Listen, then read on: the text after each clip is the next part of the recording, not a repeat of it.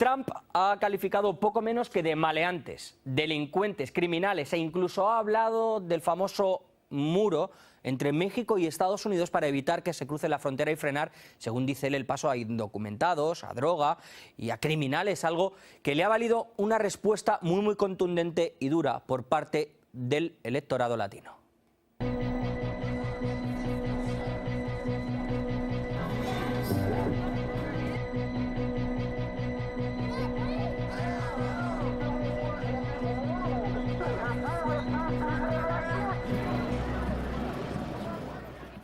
Pues precisamente esta parte de los votantes puede ser muy determinante a la hora de elegir a quién va a ser el nuevo presidente de Estados Unidos. Tanto que la candidata demócrata ha elegido como fiel escudero al senador Tim Kaine para captar a los hispanos por su experiencia, por el idioma, tanto que incluso ella se atreve o a escribir o a chapurrear español. Encantada de anunciar mi candidato a la vicepresidencia, Tim Kaine, quien ha dedicado su vida a luchar por los demás. Y es que en Estados Unidos, amigos, viven 58 millones nada menos de latinos. 28 de ellos tienen derecho a voto. Así que campañas electorales en español, páginas web oficiales traducidas. Pero ¿de verdad les importa a los candidatos esa comunidad?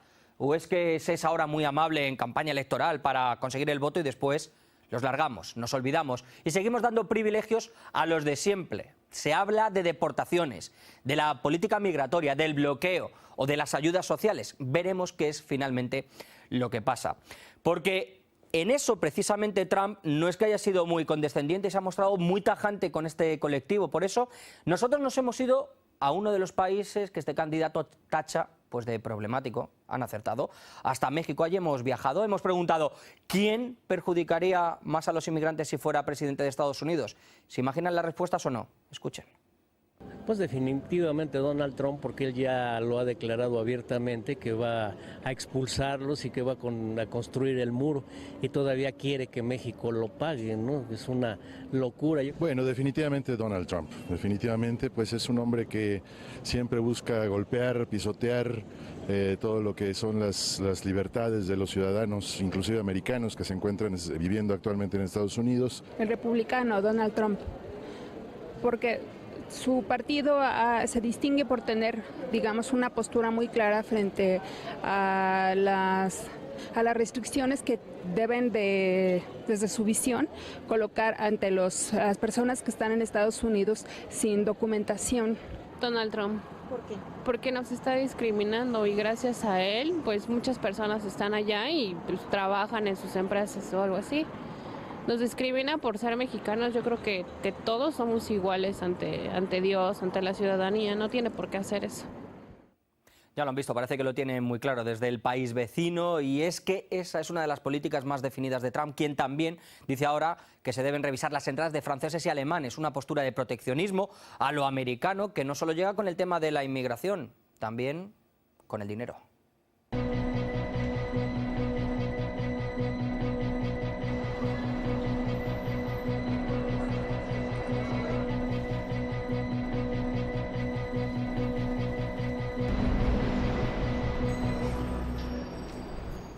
Y desde mi punto de vista hay también un denominador común a nivel económico que marca los objetivos de los dos candidatos. La crisis del 2008, de la que el país pues aún no se ha recuperado. La crisis que trajo dos consecuencias: el Tea Party y el movimiento Ocupa.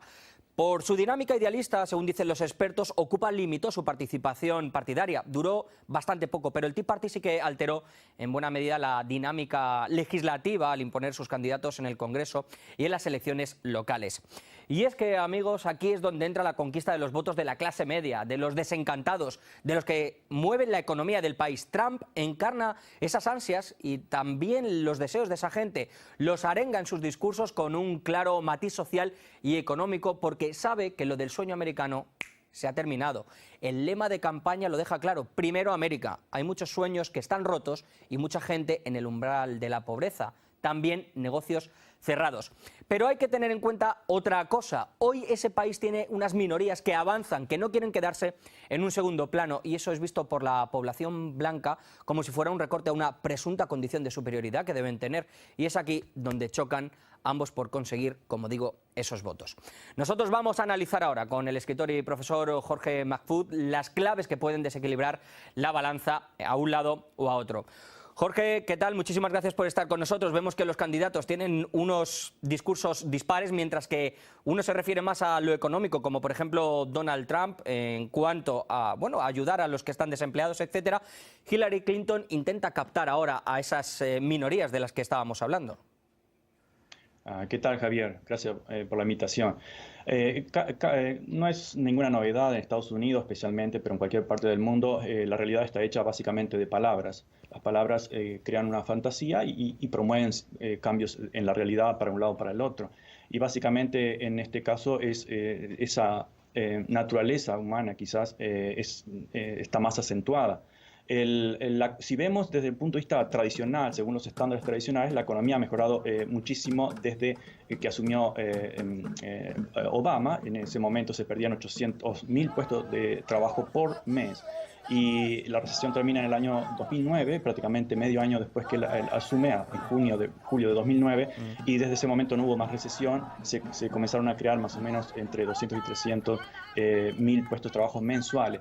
Desde muchos puntos de vista, Wall Street ha subido exageradamente, etc. Desde el punto de vista del estándar tradicional, la economía ha mejorado radicalmente.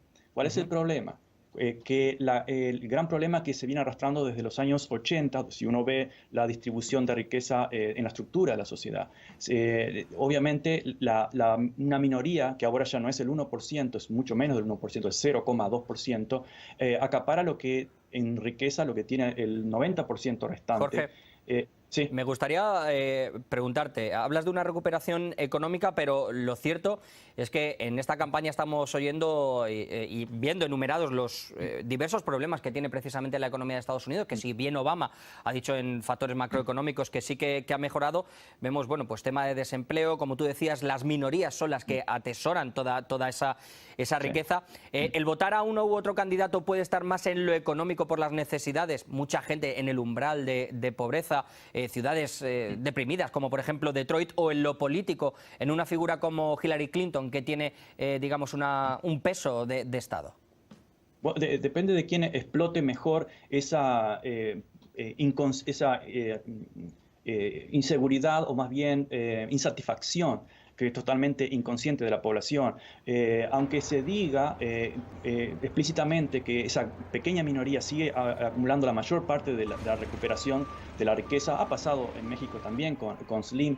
Cada vez que hay una catástrofe económica, los ricos que tienen dinero se vuelven aún más ricos porque son los que invierten y cobran barato. Eso ha ocurrido aquí en Estados Unidos y se ha ido radicalizando esa posición, especialmente con los impuestos, los recortes de impuestos hacia los ricos. Depende quién explote mejor esa situación. ¿Cómo lo hace Donald Trump? Bueno, creando lo que ya se sabía y se practicaba en el siglo XVIII aquí en Estados Unidos, un odio de clases, un odio de razas para disimular las grandes diferencias de clases. Se decía explícitamente, mi trabajo, lo decían algunos gobernadores, mi trabajo ha sido crear el rechazo entre indios y negros, negros y blancos pobres, porque es la mejor forma de evitar la unión de esa gran masa de insatisfechos. Jorge, ¿qué es lo que está haciendo? Sí. Hablas ahora por ejemplo, de las etnias, ¿no? De las distintas razas. Depende de quién llegue a ocupar el despacho Oval, la política exterior puede ser muy distinta. Por ejemplo, con Latinoamérica, ¿cómo repercutiría que uno u otro llegara? O, por ejemplo, aquí, con este país, con Rusia también, sería muy, muy distinto. Bueno, puede ser que por el caso de Donald Trump o Hillary Clinton tomen distintas opciones personales, pero yo creo que en el caso que gane uno o el otro, las decisiones básicamente van a estar tomadas por otros factores de conveniencia. Obviamente que en principio México en el plano de relaciones internacionales no se vería beneficiado por Donald Trump, que este es el aspecto de izquierda de Donald Trump, que es un fuerte proteccionista igual que Sanders y es parte de explotar la insatisfacción de la clase trabajadora norteamericana. Eso podría ser, pero a la larga, más un hombre de negocio como Donald Trump lo que cuenta es el dinero y qué beneficios puede tener él políticamente, económicamente, etc. Entonces la retórica, bueno, pueden cambiar mucho, incluso de aquí hasta noviembre, pero mucho más después. Veremos qué es lo que sucede, el tiempo se nos acaba. Muchísimas gracias, Jorge, por haber estado con nosotros aquí en directo. Termino nuestro programa de esta semana con una reflexión. Yo creo que gane quien gane, lo cierto es que ambos partidos, republicano, demócrata, van a tener que lamerse las heridas como si fueran un perro después de la batalla final, porque los votantes están desencantados y los militantes ya ni les cuento. Además, ambos candidatos han dejado en evidencia que no es oro todo lo que reluce, como yo decía, en Estados Unidos, que la gestión de Obama deja muchas lagunas, que hay muchos problemas por resolver, y eso implica un cambio en las políticas y en las decisiones que deben ilusionar de nuevo a millones de jóvenes que son el futuro de ese país y que ya ven en eso del sueño americano, como les decía, un eslogan, pero de humo. Veremos si el golpe de timón llega finalmente con Donald Trump o, en el caso de que Clinton gane, se atreva a cumplir esa revolución que anuncia su eslogan, robado en parte a la ahora lacayo Sanders, y se deja guiar por las necesidades del país y no por los tentáculos de Wall Street o las corporaciones, esas que le pagan las charlas a ella o a su marido. Y si pierde, le quedará la famosa frase de Madame Pompadour tras la derrota del rey Luis XV: después de nosotros, el diluvio.